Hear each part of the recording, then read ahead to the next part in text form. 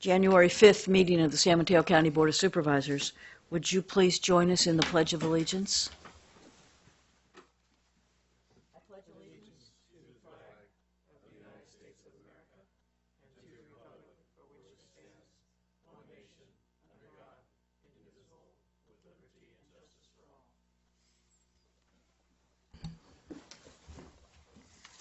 Roll call, please. Supervisor Pine. Here. Supervisor Horsley. Supervisor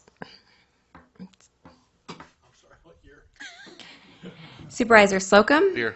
Supervisor Tissier. Here. President Groom. Here. Thank you very much. We will begin with public comment and Brian Greenberg from Shelter Network.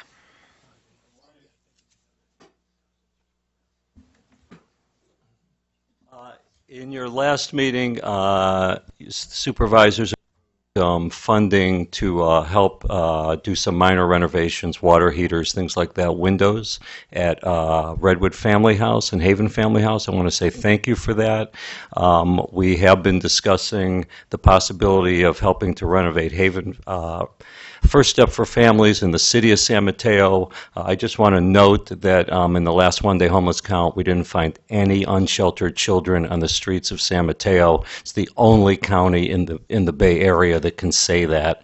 Although we have a wait list of about 60 families for our 89 units, many of those are about half of those are in motels. We have been successful in making certain that there are no unsheltered children on the streets. I just want to thank everyone for their support. Brian, thank you for the work that Shelter Network and Vision does. That's the last public speaker card that I have. And I'm looking around. I don't see Matt Kate from Sesac. And Carol E. Brown from the Institute for Local Government. Why don't you come forward? Thank you for being here this morning. Thank you all for having me today. My name is Cara Lee Brown, and I am with the Institute for Local Government. We are the nonprofit affiliate of the League of California Cities and Sesac. And we are here today to present 5 Beacon Spotlight Awards to the County of San Mateo. We presented the full Beacon Award to Supervisor Groom at the Sesac annual conference in October in Monterey. And I wanted to share with you the other 5 achievements that you've had which led you to the overall Beacon Award. I do want to say that the County of San Mateo is the first county to ever receive this Beacon Award, which honors a local agency's voluntary efforts to reduce greenhouse gas emissions, reduce energy, and adopt sustainable principles which make for a better community. So I just want to read off some of the achievements. San Mateo County is being honored for a 5% savings in agency energy use, a 5% savings in agency natural gas use, an 8% reduction in community greenhouse gas emissions, and a 15% reduction in agency greenhouse gas emissions. Along with that, the agency has documented over 60 sustainability best practices in 10 different areas, including energy use, waste recycling, climate-friendly purchasing, and community involvement. So congratulations to the County of San Mateo for all of your efforts and for being the first county to ever win the full Beacon Award. So if I may, I happen to have 5 awards, and there's 5 of you.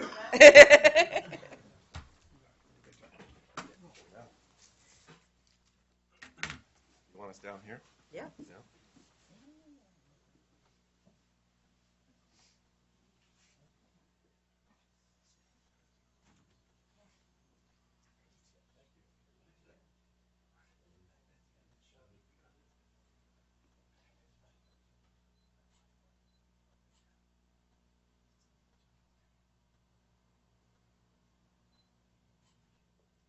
Thank you so much. Very good to see you again. No problem. Thank you. Congratulations.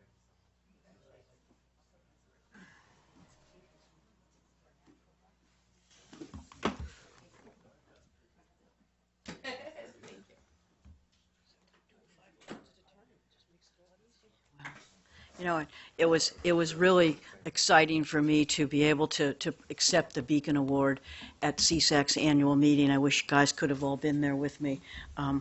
and it was a big audience. It was at the annual dinner, and it was just very exciting. And I always feel proud of our county, but I felt especially proud that night representing all of you for all the work that you have done in your various committees and extracurricular assignments to make sure that San Mateo County is a step ahead of all issues as we move forward. Does anybody else want? Dave? I too am just really thrilled that our county has been recognized with this award, and I really commend the Office of Sustainability in its expanded form that has done so much to move the ball forward on these issues. These are, I think, amongst our highest priorities to reduce our carbon emissions and to have a sustainable county. And we're showing great leadership in that area, and I think with the infrastructure we have now that we can continue to do that. Anybody else? All right. Carly, again, thank you very much for making the trip from Sacramento this morning. I still don't see Matt, so I guess we will move forward and take action to set the agenda and improve the consent calendar. I don't have any cards to remove an item from the consent calendar. I'll move to set the agenda and to approve the consent agenda items. All in favor? Aye. Okay. With that, we're going to go to the county manager's report, report number 1 for 2016. Madam President, members of the board, my report this morning is relatively short. There's 4 items I want to comment on. The first is that the San Mateo County Medical Center has, for the second year in a row, received an audit without any exceptions. That may seem kind of routine, but the accounting at the hospital is extremely complex. I can't emphasize how complex it is, and to be able to have 2 successive audits in which there are no exceptions is great credit to Dave McGrew and all of the accounting staff, and I just wanted to call it to the board's attention.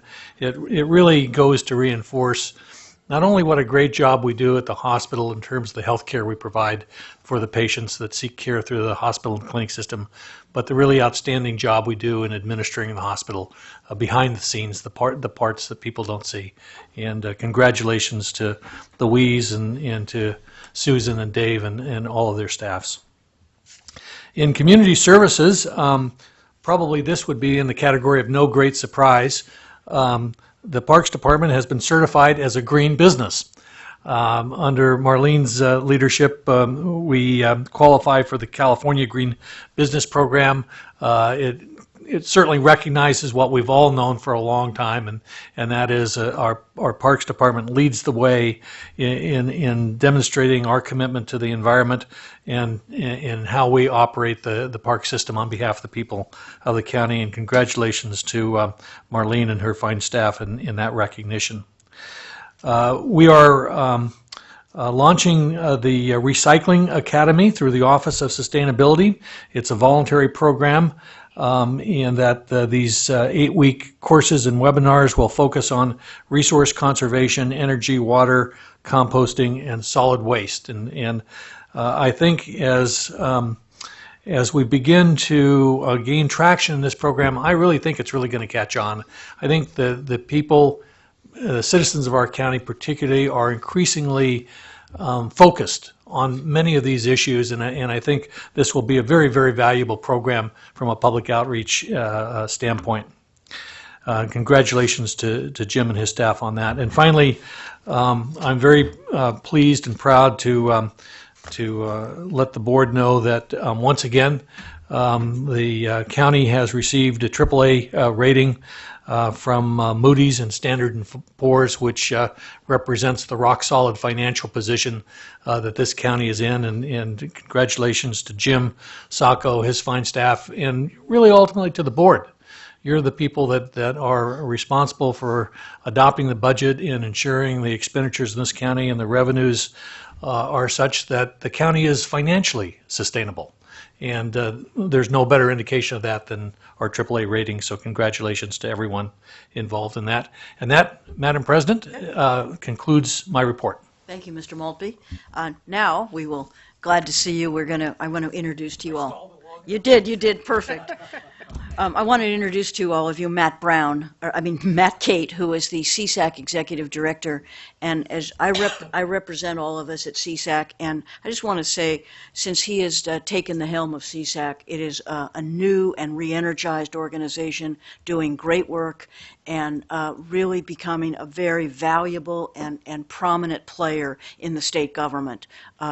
Great relationships with the governor, great relationships with the members of the Senate and the Assembly, which is now bringing valuable resources back to all the counties. And so please, Matt, join us and welcome, and happy to have you here. Thank you, Madam Chair. Thank you to this board for inviting me. Thank you to your county manager. I appreciate the invitation. San Mateo is certainly a leader in county government throughout California. Thank you for the introduction. I represent the California State Association of Counties. Since 1895, we've been advocating on behalf of county government in Sacramento and in Washington, D.C. We represent all 58 California counties. Primarily, our mission is to be an advocate, as I said. So we have lobbyists and lawyers and communications people working in Sacramento and also in Washington to try to make sure the state government and federal government understand that their mandates are fine as they go, but have to be paid for, to make sure that they understand the impact of laws on what happens in county government and the jobs you're trying to do and your department heads and county manager are trying to do to run San Mateo County. So that's our primary mission. But we do some other things, one of which is that we train new supervisors, and we have a continuing education program, which is important to us. Your county council participates in our larger legal program, where we file amicus briefs on behalf of counties who are working their way through the court systems on issues that we think have statewide importance. But the reason I'm here today in particular is that we also try to be a fulcrum, or try to be an instrument to focus best practices on counties that are doing things we think are really on the cutting edge, so that others can follow. And so a number of years ago, we created the Challenge Awards here in California. This year, 260 programs were put forward where counties applied to receive a Challenge Award. Only 8 counties were selected. And so you can get a sense of just how good a program has to be before the governing body of the Challenge Award program will select it. That's made up of supervisors, your colleagues, county managers, department heads who decide out of those 260 applications, which do we think are of not only quality, but which do we think show the vision that we can wave the flag and tell your sister counties, this is something you should follow. We think this is something you should pay attention to. And so I'm really pleased to just take a minute today to come before San Mateo County and just tell you that you've been selected for a Challenge Award. In this case, the Supported Training and Employment Program, or STEP, for foster youth was selected. I'm sure you're probably well aware of it, but for those who aren't, the program provides recently emancipated foster youth with coaching and paid county work experience. Started out as a 12-week program, and as I was reading about this program and I was looking over the judge's notes, I was really impressed by the fact that the county took in particular your Human Services Agency, took a situation with foster youth where you knew they were aware that foster youth were going to higher education at a much lower rate than other youth, that they were being employed at a much lower rate than other youth, and the county took it upon itself to provide not only coaches but jobs for foster youth who were 18 years old and emancipating out of the foster program, or were in those transition years. And so there's job readiness in this program, job shadowing and coaching. There is actual hands-on work experience, and then transition planning to go out and use that experience and that coaching in the real world. And so, as you probably know, 76% of those youth that were involved in the program enrolled in college. and 69% had a job. Well, that means a lot of those were doing both. And so that's a pretty darn effective program, especially for youth who have been not succeeding at a rate that anyone would have wanted before. So this award I brought with me today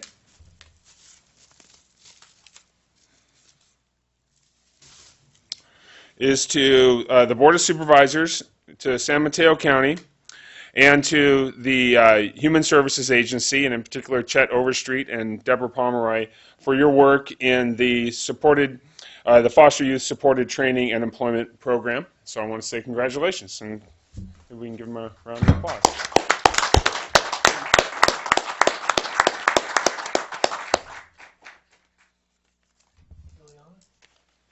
Ilyanica?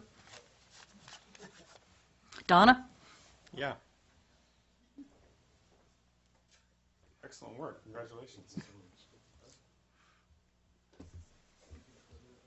Sure.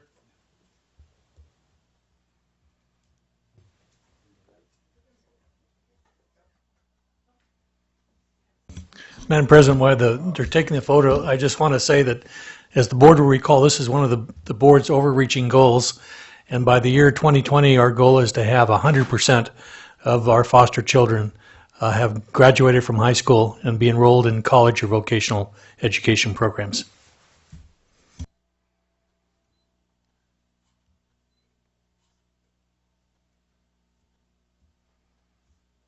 Thank you very much. Congratulations once again. Appreciate your leadership. Thank you.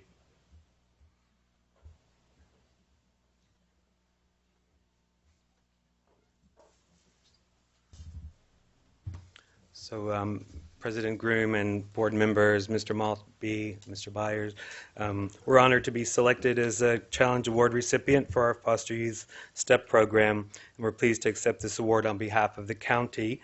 As you know, when we came to you in 2009 with a STEP program idea, we received your full and enthusiastic support.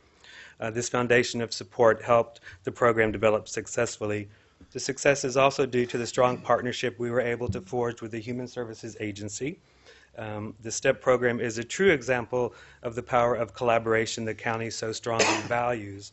It is important for me to acknowledge Christina Hines, a former management analyst with the county, and Ms. Pomeroy with the Human Services Agency. Together they created the blueprint for the program and saw it to fruition. I also want to acknowledge Christina Chan and Norma Lee with the Human Resources Department. They continue to keep the program running successfully. Finally, and perhaps most importantly, it is critical to acknowledge the many county employees who have volunteered to be mentors and coaches to the youth coming through the program. Their work with and dedication to the youth are the reasons the program was and remains successful. What was once a summer internship program has become a year-round program, providing even more opportunities for our important young residents of San Mateo County. Mr. Cate, we know your committee's job was challenging, considering there were 260 entrants. We want to thank you for this acknowledgement. Thank you. Thank you, Chet. And to the whole team. Good morning, Madam President, honorable members of the board, Mr. Maltby and Mr. Byers. I'm honored to accept this award on behalf of the Human Services Agency. 7 years ago, the program started out of the need to improve employment outcomes for our foster youth. Thank you to the Board of Supervisors and the County Manager for all of your support of foster youth, and particularly this program. I'd also like to acknowledge and thank you for your continued support, as recently demonstrated by the approval of Measure A funds, which allowed for our program expansion. Thank you to Donna Valancourt, our partner in the Human Resources Department, for all of the encouragement and collaboration. Your support has allowed more than 100 youth to participate in an opportunity they otherwise may not have had. And from the direct experience, the direct work that I get to do with them, I can truly say that this program has made a very big difference in the lives of many of them. So thank you very much. Thank you for all your hard work and creativity. Anybody else want to say anything? If I could, I just wanted to say thank you once again to Supervisor Groom. She's not only on our board, but also has been on our executive committee for a number of years, and that's a lot of extra time and work, and is highly respected by her colleagues. So I don't get a chance to say thank you in public very often. So just a quick thank you for that. Appreciate it very much. Any questions I can answer, anything I can address on behalf of the Association of Counties? Well, no, the last time we saw you, Matt, was we were breaking ground for a jail, so it's a lot different. This is actually much more pleasant. I just really wanted to thank to both HSA and HR. Oftentimes, county departments are siloed, and this is a case where they're not siloed. You're working on a common problem and creating, creative solutions. So I want to congratulate the staff and the leadership of both our departments. This is a program that I know is dear to the hearts of each one of us at the Board of Supervisors. So we really appreciate what you've done and the accomplishment for those kids who are really our direct responsibility. They have nobody else but us to rely on, and I'm just really very proud of what you have accomplished. Anyone else? Anyone? Matt, thank you again for coming today. We really appreciate it. I know it must have been a tough drive in the horrible rain and coming down, but thank you for being here. It means a lot to all of our 5,500 county employees, as well as this group here. And I was proud to see at the groundbreaking of the jail. So there, Don. Thank you. I know I'm teasing. All right. We have a truncated agenda today, so we're up to board member reports. Anybody have a... Yeah. Don, go ahead, please. I do. Unfortunately, I do. The first one is Charles Derwin. He died in a tragic accident December 27th of this year. He was a 23-year-old University of San Francisco student, and he was killed in his car crash on Portola Valley. He was the son of the town's mayor. Portola Valley Mayor Mary Ann Moyse Derwin described her son Charles on Tuesday as someone who was generous to a fault and possessed a unique wit. He was thoughtful, kind, sensitive, a deeply philosophical thinker, and beloved by his friends. His friends, according to Mary Ann, his friends tell me that he was the most genuine person they'd ever known and that he had a profound influence on their lives. His mother was elected mayor this month by fellow town council members, and she said in an email that her son was just trying to get home. Grew up in Portola Valley, which is, we all know is a very small town, and so many people are now grieving his loss. He was in his final year at the University of San Francisco and was going to graduate with a degree in communications. Before attending college, he graduated from Stansbury Academy in Utah. His mother said he was inspired by his work as a youth basketball coach and wanted to become a teacher. Family members also knew him as a writer and a hip-hop musician. In addition to his mother, he is survived by his father Douglas, his brother Will, an aunt, 2 uncles, and numerous cousins. San Mateo County Sheriff's Office is investigating the car crash. It's really tragic. I know a number of us have served with Mary Ann on a number of different committees, and I did send flowers to her home, but there's kind of one of these things, you don't really know what to say. It's kind of a loss for a parent that you shouldn't have to go through, but unfortunately. The other is to adjourn a memory of Tom Zelany, passed away December 22nd of this year. He was a longtime San Mateo resident, best friend of Congressman Tom Lantos. Tom Zelany was the only child of a middle-class Jewish family in Budapest, Hungary. Childhood years were happy, marked by close friends and loving parents. In March of 1944, all that changed when the German army took control of Hungary. Tom's father was sent to a forced labor camp where he was subsequently murdered. He and his mother found refuge in a safe house created by Swedish diplomat Raoul Wallenberg. Another San Mateo County resident, Congressman Tom Lantos, and his wife Annette were also saved through the efforts of Wallenberg. But Tom Zelany also experienced the horrors of Buchenwald, where he was detained for 7 months after being captured by the Germans in late 1944. He survived that and also time at the Rheinstadt, another infamous German concentration camp. Liberated when the war ended in 1945, Tom Zeleny eventually made his way to the United States, where he had a successful career in the air freight business. He married Evelyn in 1957, who went on to be Tom Lantos' district chief of staff in San Mateo County. The two Toms became fast friends with a common past. Tom Zeleny was a remarkable part of world history as well as San Mateo County history, and he will be missed by his wife Evelyn and his two sons and their families. Yes, I have a couple of journal memories as well. The first one is B. Jackson. She passed away on Christmas morning. She was the mother of Portia Collins and the Honorable Terry Jackson, grandmother of Jason and Jaron Collins, and Alessandra Valentina and Massimo. She was affectionately known as B, Mom, Baca, and Gigi. She was surrounded by her family on Christmas Eve, which was a great way for them to say their goodbyes. She was also the first African-American woman to be appointed to the Daly City Planning Commission. She was a board member of the Hillside Homeowners Association, a volunteer with San Mateo Health and Welfare Advisory Board, and a longtime employee. Many of you probably knew her as an employee at San Mateo County Juvenile Hall. We send our condolences to her family.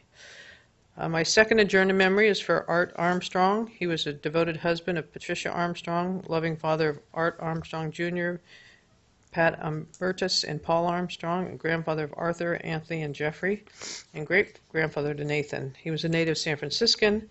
He and his wife purchased their first home in Pacifica in 1957. He was employed by PG&E for over 45 years, and he was a motorcycle enthusiast who used to go on long rides with his friends. He retired and created some new hobbies, collecting antiques and model trains. He also assisted in the upbringing of 3 of his grandchildren. He was a kind and a helpful person to anyone and everyone he met. Our sympathies go out to the Armstrong family as well. And then my final adjourned memory is for Nancy Haight. She was a third-generation San Franciscan. She died on December 20th at the age of 85. She's survived by her husband, Dr. Richard Haight, and her 4 children, Patty, Rich, Terry, and Steve. She was also the grandmother of 13 grandchildren and 1 great-grandson. She spent her early years at St. Cecilia's, and then on to St. Rose Academy, and then the College of San Mateo. She was an administrative assistant for the engineering firm in San Francisco, where she helped to put her husband through dental school. She was also a passionate golfer, avid bridge player. She loved to travel, cook, entertain, and was also a voracious reader. She was also the head of our Bluebird troop when I was a kid. So our sympathies go out to her family as well.